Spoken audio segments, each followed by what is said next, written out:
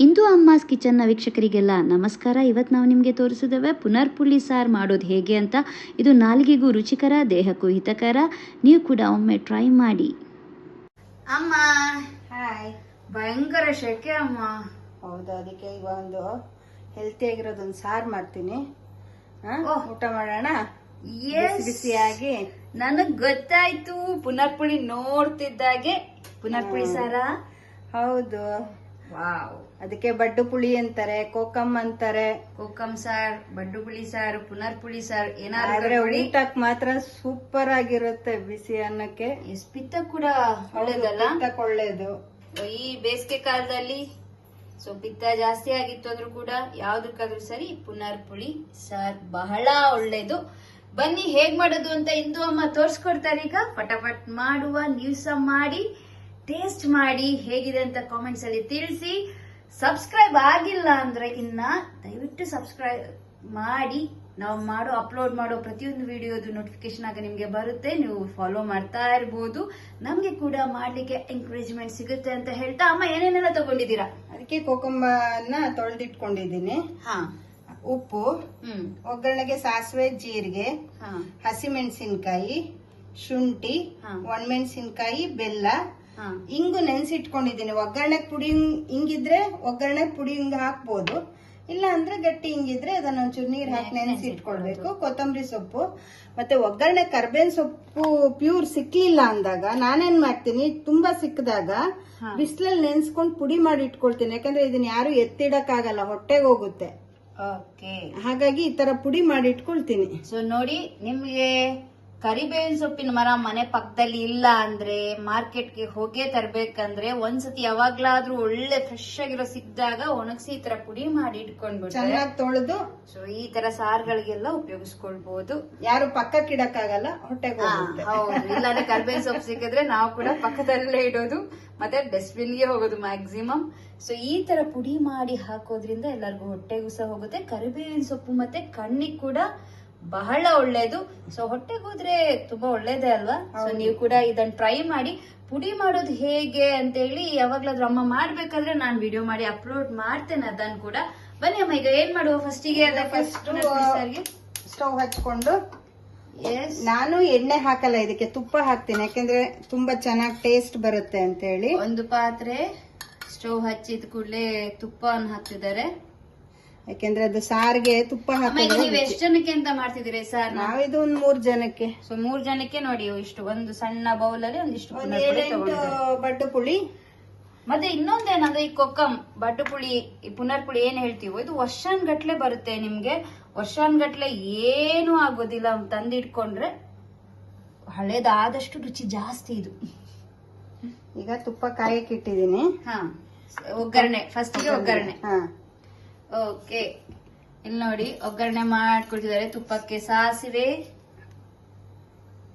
ಸಾಸಿವೆ ಚಟಪಟ ಅಂತಿದ್ದಾಗೆ ನೆಕ್ಸ್ಟ್ ಜೀರಿಗೆಯನ್ನ ಹಾಕ್ತಾರೆ. ಎಸ್, ಆಗ್ತಾ ಉಂಟು, ಚಟಪಟ ಹೇಳ್ತಾ ಇದೆ. ಈಗ ಅಮ್ಮ ಜೀರಿಗೆ ಹಾಕ್ತಾರೆ. ಒಂದೆರಡು ಒಣಮೆಣಸಿನಕಾಯಿ, ಮತ್ತೆ ಈಗ ಕರಿಬೇವಿನ ಸೊಪ್ಪಿನ ಬದಲು ಅದರ ಪುಡಿಯನ್ನ ಹಾಕಿದ್ದಾರೆ. ಪುಡಿ ಹಿಂಗಿದ್ರೆ ಈಗಲೇ ಹಾಕೊಂಡ್ಬಿಡ್ಬೇಕು. ನಾವು ಯೂಶಲಿ ಈಗ ಪೇಸ್ಟ್ ತರದ್ ಯೂಸ್ ಮಾಡೋದ್ರಿಂದ ಅದನ್ನ ಒಂದು ಪುಡಿ ಇದರಲ್ಲಿ ನೆನೆಸಿ ಇಟ್ಕೊಂಡಿದ್ದೇವೆ. ಸೊ ಇದನ್ನ ನಾವು ಮತ್ತೆ ಹಾಕ್ತೇವೆ. ಹಾಗಾಗಿ ಈಗ ಇದು ನೀರು ಹಾಕಿ ಆ ಕೋಕಂನ ಇದ್ರೊಳಗಡೆ ಹಾಕೋದು. ಕೋಕಂನ ಆಗ್ಲೇ ತೊಳೆದಿಟ್ಕೊಂಡಿದ್ರಮ್ಮ, ಅದನ್ನ ಚೆನ್ನಾಗಿ ತೊಳೆದಿಟ್ಕೋಬೇಕು. ಅದು ಯಾಕಂದ್ರೆ ಧೂಳೆಲ್ಲ ಇರುತ್ತೆ, ತುಂಬಾ ಧೂಳಿರುತ್ತೆ. ಸರಿಯಾಗಿ ತೊಳೆದು ಉಪಯೋಗಿಸಿ. ಈಗ ಅದು ಕುದಿಯೋ ಅಷ್ಟೊತ್ತಿಗೆ ಅದಕ್ಕೆ ಏನೇನ್ ಬೇಕು ಸಾಮಾನುಗಳು ಹಾಕೋಣ. ಸೊ ಅದು ಕುದಿತಾ ಇರ್ಲಿ, ಅದ್ರ ಪಾಡಿಗೆ ಅದು ಇದಕ್ಕೆ ಒಂಚೂರು ಬೆಲ್ಲ ಜಾಸ್ತಿ ಬೇಕು, ಯಾಕಂದ್ರೆ ಅದು ತುಂಬಾ ಹುಳಿ ಇರುತ್ತೆ. ಬೆಲ್ಲ, ಹಸಿಮೆಣಸಿನ್ಕಾಯಿ ಸಾಕಷ್ಟು ಬೇಕಾದಷ್ಟು. ಸಾರಿನ ಪುಡಿ ಹಾಕಿನೂ ಮಾಡ್ಬೋದು. ಟೇಸ್ಟ್ ಹಸಿಮೆಣಸಿನ್ಕಾಯಿ ಹಾಕಿದ್ರೆ ಒಳ್ಳೆ ರುಚಿ ಇರುತ್ತೆ. ಮತ್ತೆ ಒಂಚೂರು ಶುಂಠಿ, ಆಮೇಲೆ ರುಚಿಗೆ ತಕ್ಕಷ್ಟು ಉಪ್ಪು. ಈಗ ಅದ್ರ ಪಾಡಿಗೆ ಅದು ಕುದಿಯುತ್ತೆ. ಲಾಸ್ಟಿಗೆ ಒಂಚೂರು ಕೊತ್ತಂಬರಿ ಸೊಪ್ಪು ಹೆಚ್ಚಾಕಿ, ಇದು ಅರಿಶಿನ ಯಾವಾಗ ಅರಿಶಿನ ಹಾಕ್ಬೇಕೀಗ. ಓಕೆ, ಈಗ ನಾವು ಮೊದಲಿಗೆ ಒಗ್ಗರಣೆ ಮಾಡಿಕೊಂಡು ಅದಕ್ಕೆ ಪುನರ್ ಪುಳಿಯನ್ನು ಹಾಕಿ, ಅದಾದ್ಮೇಲೆ ಹಸಿಮೆಣಸು, ಶುಂಠಿ, ಉಪ್ಪು, ಬೆಲ್ಲ ಎಲ್ಲಾನು ಸೇರಿಸಿ, ಈಗ ಕಡೆಯದಾಗಿ ಅರಿಶಿನ ಕೂಡ ಈಗಲೇ ಹಾಕಿದ್ದೇವೆ, ಮತ್ತೆ ಇಂಗು. ಸೊ ಅದರೊಟ್ಟಿಗೆ ನಾವು ಇಂಗನ್ನ ನೀರಿನಲ್ಲಿ ಹಾಕಿ ಇಟ್ಕೊಂಡಿದ್ವಿ, ನೆನ್ಸಿಟ್ಕೊಂಡಿದ್ವಿ. ಈಗ ಅದನ್ನ ಕೂಡ ನಿಮ್ಮ ಹತ್ರ ಪುಡಿ ಹಿಂಗಿದ್ರೆ ಒಗ್ಗರಣೆ ಟೈಮಲ್ಲೇ ಹಾಕಿದ್ರೆ ಆಯ್ತು. ಇಲ್ಲ ನಮ್ಮಲ್ಲಿ ಪೇಸ್ಟ್, ನಮ್ಮನೆ ಹಾಗೆ ನಿಮ್ಮನೇಲಿ ಕೂಡ ಪೇಸ್ಟ್ ಯೂಸ್ ಮಾಡ್ತಿದ್ರೆ ಅದನ್ನ ಸ್ವಲ್ಪ ನೆನ್ಸಿಟ್ಕೊಂಡು ಹಾಕಿದ್ರೆ ಅದು ಕುದೀತಾ ಕುದೀತಾ ಅದ್ರದ್ದು ಹುಳಿ ಎಲ್ಲ ಬಿಡುತ್ತೆ, ಸಾರಾಗುತ್ತೆ. ಸೊ ಆಗ ಕಲರ್ ಕೂಡ ಚೇಂಜ್ ಆಗುತ್ತಲ್ಲ, ನೋಡ್ಬೋದು. ಇನ್ನು ಸ್ವಲ್ಪ ಹೊತ್ತು ಟೈಮ್ ತಗೊಳುತ್ತೆ, ಆಗ ಪುನರ್ ಪುಳಿ ಕಲರ್ ಬರುತ್ತೆ. ಎಸ್, ಈ ಹದಕ್ಕೆ ಕುದಿಯೋ ತನಕ ಅದನ್ನ ಕುದಿಸ್ಕೊಳ್ತಾ ಇರಬೇಕು. ಇದರ ಬಣ್ಣ ಕೂಡ ಬದಲಾಗಿದೆ, ಹಾಗೆ ಕುಡಿಲಿಕ್ಕೆ ಕೂಡ ಚೆನ್ನಾಗಿರುತ್ತೆ ಅಲ್ಲಮ್ಮ?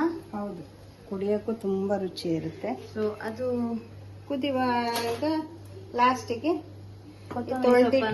ಇಟ್ಕೊಂಡಿದ್ದಾರೆ, ಅದನ್ನ ಸಣ್ಣಕ್ಕೆ ಹೆಚ್ಚಿಬಿಟ್ಟು ಹಾಕಿದ್ರೆ ನಮ್ ಸಾರು ರೆಡಿ.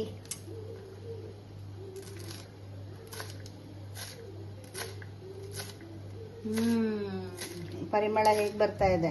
ತುಂಬಾ ಚೆನ್ನಾಗಿದೆ, ತುಂಬಾ ಚೆನ್ನಾಗಿದೆ. ಈಗ ಲಾಸ್ಟ್ ಕೊತ್ತಂಬರಿ ಸೊಪ್ಪು ಹಾಕಿ, ಯಾಕಂದ್ರೆ ಒಗ್ಗರಣೆ ಎಲ್ಲ ಮುಂಚೆನೆ ಹಾಕ್ಬಿಟ್ಟಿರ್ತೀವಲ್ಲ, ಹಾಗಾಗಿ ಇದು ಕೊತ್ತಂಬರಿ ಸೊಪ್ಪನ್ನು ಹಾಕಿದ್ರೆ ಸಾರು ರೆಡಿ. ಸಾರು ರೆಡಿ. ಹಾಗೆ ಕುಡಿಲಿಕ್ಕೆ ಕೂಡ ಇದು ತುಂಬಾ ಚೆನ್ನಾಗಿರುತ್ತೆ. ಈ ಬೇಸಿಗೆಗೆ ನೀರಾಗಿ ಕಲ್ಸ್ಕೊಂಡು ಊಟ ಮಾಡೋಕ್ಕೂ ಚೆನ್ನಾಗಿರುತ್ತೆ. ರುಚಿಯಾದ ಸಾರು ರೆಡಿ. ಸಾರಂತೂ ರೆಡಿ ಆಯ್ತು. ಅದನ್ನ ಟೇಸ್ಟ್ ಮಾಡ್ಲಿಕ್ಕೆ ನಮ್ಮ ಟೇಸ್ಟ್ ಮಾಸ್ಟರ್ ಪ್ರತ್ಯುಷ ಪುಟ್ಟಿ ಅವರು ರೆಡಿ ಇದ್ದಾರೆ. ರೆಡಿನಾ? ಇವತ್ತು ಏನ್ ಹೇಳಿ ಸ್ಪೆಷಲ್? ಘಮ ಘಮ ಪುನರ್ ಪುಳಿ ಸಾರು. ನೀನಾದ್ರೂ ಜ್ಯೂಸ್ ಕುಡಿತೀಯಲ್ಲ, ಇಷ್ಟ ಅಲ್ವಾ? ಎಸ್, ಇವಾಗ ಪ್ರತ್ಯುಷ್ ಅವರು ಟೇಸ್ಟ್ ನೋಡ್ತಾರೆ. ಇಲ್ಲಿ ನೋಡಿ. ಎಸ್, ಹೇಗಿದೆ? ಓಹ್, ಬೇಗ ಬಂದಿದೆ ಇವತ್ತು ಬಾಯಿಂದ. ಓಕೆ, ನೀವು ಕೂಡ ಮಾಡಿ ಟ್ರೈ ಮಾಡಿ. ಒಮ್ಮೆ ಟ್ರೈ ಮಾಡಿದ್ರೆ ಮತ್ತೆ ಮತ್ತೆ ಮಾಡ್ಬೇಕನ್ಸುತ್ತೆ. ಅಮ್ಮ, thank you so much. Super ಆಗಿರೋ ಹೆಲ್ತಿ ಆಗಿರೋ ಸಾರ್ ತೋರಿಸಿದ್ರೆ ಇವತ್ತು. Good night. Good night.